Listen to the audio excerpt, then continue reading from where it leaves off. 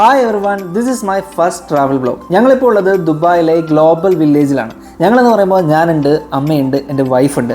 അമ്മ 21 ഇയേഴ്സ് ആയിട്ട് UAE work ചെയ്യുകയാണ്. അപ്പോൾ 21 വർഷം കംപ്ലീറ്റ് ആക്കിയിട്ട് ജോലിയൊക്കെ മതിയാക്കി നാട്ടിലേക്ക് പോകാൻ പോവാണ്. അപ്പോൾ അതിന് മുമ്പായിട്ട് ഞങ്ങളെ ഒന്ന് UAE ഫുള്ള് കാണിക്കുക എന്നുള്ളതാണ് അമ്മയുടെ ആഗ്രഹം. ഗ്ലോബൽ വില്ലേജിലേക്ക് ആദ്യം വരാനുള്ള പ്രധാനപ്പെട്ട കാരണം കുറച്ച് ഡേയ്സ് കൂടെ കഴിഞ്ഞ് അത് ക്ലോസ് ചെയ്യുമെന്ന് പറഞ്ഞിട്ടുണ്ടായിരുന്നു. സോ അതുകൊണ്ട് തന്നെ ടിക്കറ്റ് എടുത്ത് അകത്ത് കയറി ബാഗും കാര്യങ്ങളൊക്കെ കൊണ്ടുവരുവാണെങ്കിൽ നമ്മൾ സ്കാൻ ചെയ്തിട്ട് മാത്രമേ അകത്ത് കയറ്റൂ.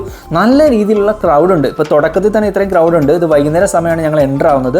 പക്ഷേ ഞങ്ങൾ ഇറങ്ങുന്ന സമയത്തും നല്ല രീതിയിൽ ക്രൗഡ് വന്നിട്ടുണ്ടായിരുന്നു. ഗ്ലോബൽ വില്ലേജിൻ്റെ ഒരു കോൺസെപ്റ്റ് എന്ന് പറഞ്ഞാൽ തന്നെ വ്യത്യസ്തമായിട്ടുള്ള പല രാജ്യങ്ങളെ റെപ്രസെൻറ്റ് ചെയ്തിട്ടുള്ള ഒരുപാട് മോണുമെൻറ്റ്സ് ആൻഡ് ബിൽഡിങ്സ് ഇവർ ആർക്കിടെക്ചർ ചെയ്ത് വെച്ചിട്ടുണ്ട്. ഇതൊന്നും ഒറിജിനൽ അല്ല, പക്ഷേ നമ്മൾ സിനിമയ്ക്ക് സെറ്റ് ഇടുക എന്നൊക്കെ പറയത്തില്ലേ, ആ രീതിയിൽ അതിമനോഹരമായിട്ട് ബിൽഡ് ചെയ്ത് വെച്ചിട്ടുണ്ട്. നമുക്കറിയാം ലോകത്ത് 150-ലധികം രാജ്യങ്ങളുണ്ട്, അറൗണ്ട് 200 കൺട്രീസ് ഉണ്ട്.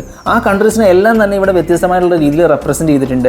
അപ്പോൾ ഓരോ രാജ്യത്തിനും അവരുടേതായിട്ടുള്ള ആചാരങ്ങൾ, കൾച്ചർ, സംസ്കാരം അതിനെയൊക്കെ ബേസ് ചെയ്തിട്ടാണ് ആ ബിൽഡിങ്സ് പണിഞ്ഞിട്ടുള്ളത്. ഈ ബിൽഡിങ്ങിനുള്ളിലെല്ലാം തന്നെ കച്ചവട സാധനങ്ങളും കാര്യങ്ങളുമാണ്. അതവരുടെ പ്രധാനപ്പെട്ട ഒരു വരുമാന മാർഗ്ഗമാണ്. എല്ലാത്തിനും നല്ല വിലയാണ്. ഇവിടേക്ക് നമുക്ക് എൻട്രി ഫീസ് എന്ന് പറയുന്നത് ഒരാൾക്ക് 25 ദിർഹംസ് ആണ്. ലോകരാജ്യങ്ങൾ എന്ന് പറയുമ്പോൾ നമുക്ക് എന്തായാലും നമ്മുടെ മാതൃരാജ്യമാണല്ലോ വലുത്. അപ്പം നമ്മൾ ആദ്യം പോയത് ഇന്ത്യയിലേക്ക് തന്നെയായിരുന്നു. ഇന്ത്യക്ക് ഓപ്പോസിറ്റായിട്ട് ഖത്തറും തലയുയർത്തി നിൽപ്പുണ്ട്. എങ്കിലും നമ്മുടെ ഇന്ത്യയുടെ ഒരു പ്രൗഢി അതിഗംഭീരം തന്നെയാണ്. അകത്ത് കയറിയ സമയത്ത് ഒരു ചിത്രം വരയ്ക്കുന്ന പുള്ളിയോട് ഇരിപ്പുണ്ടായിരുന്നു. പുള്ളി 300 ദിർഹംസ് ആണ് ഒരു ഫോട്ടോയ്ക്ക് മേടിക്കുന്നത്. നമ്മളെ അതേപോലെ വരച്ച് തരും. പക്ഷേ 300 ദിർഹംസ് എന്ന് പറഞ്ഞാൽ അത്യാവശ്യം നല്ലൊരു എമൗണ്ട് ആണ്. അതുകൊണ്ട് നമ്മൾ വരയ്ക്കാൻ നിന്നില്ല. ഫോട്ടോയ്ക്കിടയിൽ നമ്മുടെ രജനി അണ്ണനും ഷാരൂഖ് ഖാനും ഉണ്ടായിരുന്നു. അതിനുശേഷം ഞങ്ങൾ പുറത്തേക്ക് ഇറങ്ങി ബാക്കിയുള്ള രാജ്യങ്ങളൊക്കെ അത്യാവശ്യം ഒന്ന് കണ്ട് എല്ലായിടത്തും കയറി ഇറങ്ങുകയാണെന്ന് പറഞ്ഞാൽ നല്ല ബുദ്ധിമുട്ടാണ്. കാരണം നടന്ന് നമ്മൾ ഉപ്പാട് വരും. എങ്കിൽ പോലും പ്രധാനപ്പെട്ട രാജ്യങ്ങളുടെ ആ ഒരു ആർക്കിടെക്ചറിനുള്ളിലേക്ക് കയറാൻ നമ്മൾ ശ്രമിച്ചിട്ടുണ്ടായിരുന്നു. ഇതാണ് ചൈനയുടെ ആ ഒരു ബിൽഡിങ്. ചൈന സിംഹത്തെയൊക്കെ മുന്നിൽ വെച്ചിട്ടുണ്ട്. ചൈന കഴിഞ്ഞ് കഴിഞ്ഞാൽ ഏറ്റവും അടിപൊളിയായിട്ട് എനിക്ക് തോന്നിയത് ഒന്ന് ജപ്പാനായിരുന്നു, മറ്റൊന്ന് ആഫ്രിക്കയായിരുന്നു. ഇതുകൂടാതെ കുട്ടികൾക്ക് കളിക്കാനായിട്ട് ഒരുപാട് ഗെയിംസ്, എക്യുപ്മെൻറ്റ്സ്, അങ്ങനെയുള്ള പ്ലേ സോൺ കാര്യങ്ങളൊക്കെ പുറത്തുണ്ട്. അതിനെല്ലാം നല്ല എമൗണ്ട് ആണ്. അവരെ സംബന്ധിച്ച് ഇതൊരു ക്യാഷ് കൗ പരിപാടിയാണ്. നമ്മളെ കൊണ്ട് മാക്സിമം സ്പെൻഡ് ചെയ്യുക, അവരുടെ എക്കോണമി ബൂസ്റ്റ് ചെയ്യുക എന്നുള്ളതായിരിക്കുമല്ലോ അതിൻ്റെ ലക്ഷ്യം. പക്ഷേ ഈ ബിൽഡിങ്സ് കാണുന്ന സമയത്ത് എനിക്ക് പേഴ്സണലി ഫീൽ ചെയ്തത് നമ്മുടെയൊക്കെ നാട്ടിൽ ഇതുപോലെയൊക്കെ പണിഞ്ഞ് ഇങ്ങനെ ഒരു ഇവൻറ്റ് കണ്ടക്ട് ചെയ്യാനുള്ള കേപ്പബിലിറ്റി നമുക്കുണ്ട്. പക്ഷേ നമ്മൾ ചെയ്യുന്നില്ല എന്ന് തോന്നുന്നുണ്ട്. ഇതുപോലെ കുറച്ച് ഫ്രീ ആയിട്ട് കിടക്കുന്ന സ്ഥലമൊക്കെ, അല്ലെങ്കിൽ തരിശുഭൂമിയായിട്ട് കിടക്കുന്ന സ്ഥലമൊക്കെ എടുത്തിട്ട് ഈ രീതിയിൽ ബിൽഡ് ചെയ്ത് ഇങ്ങനെ ഒരു ടൂറിസ്റ്റ് പ്ലേസ് ആക്കുകയാണെങ്കിൽ അത് ഗംഭീരമായിരിക്കും.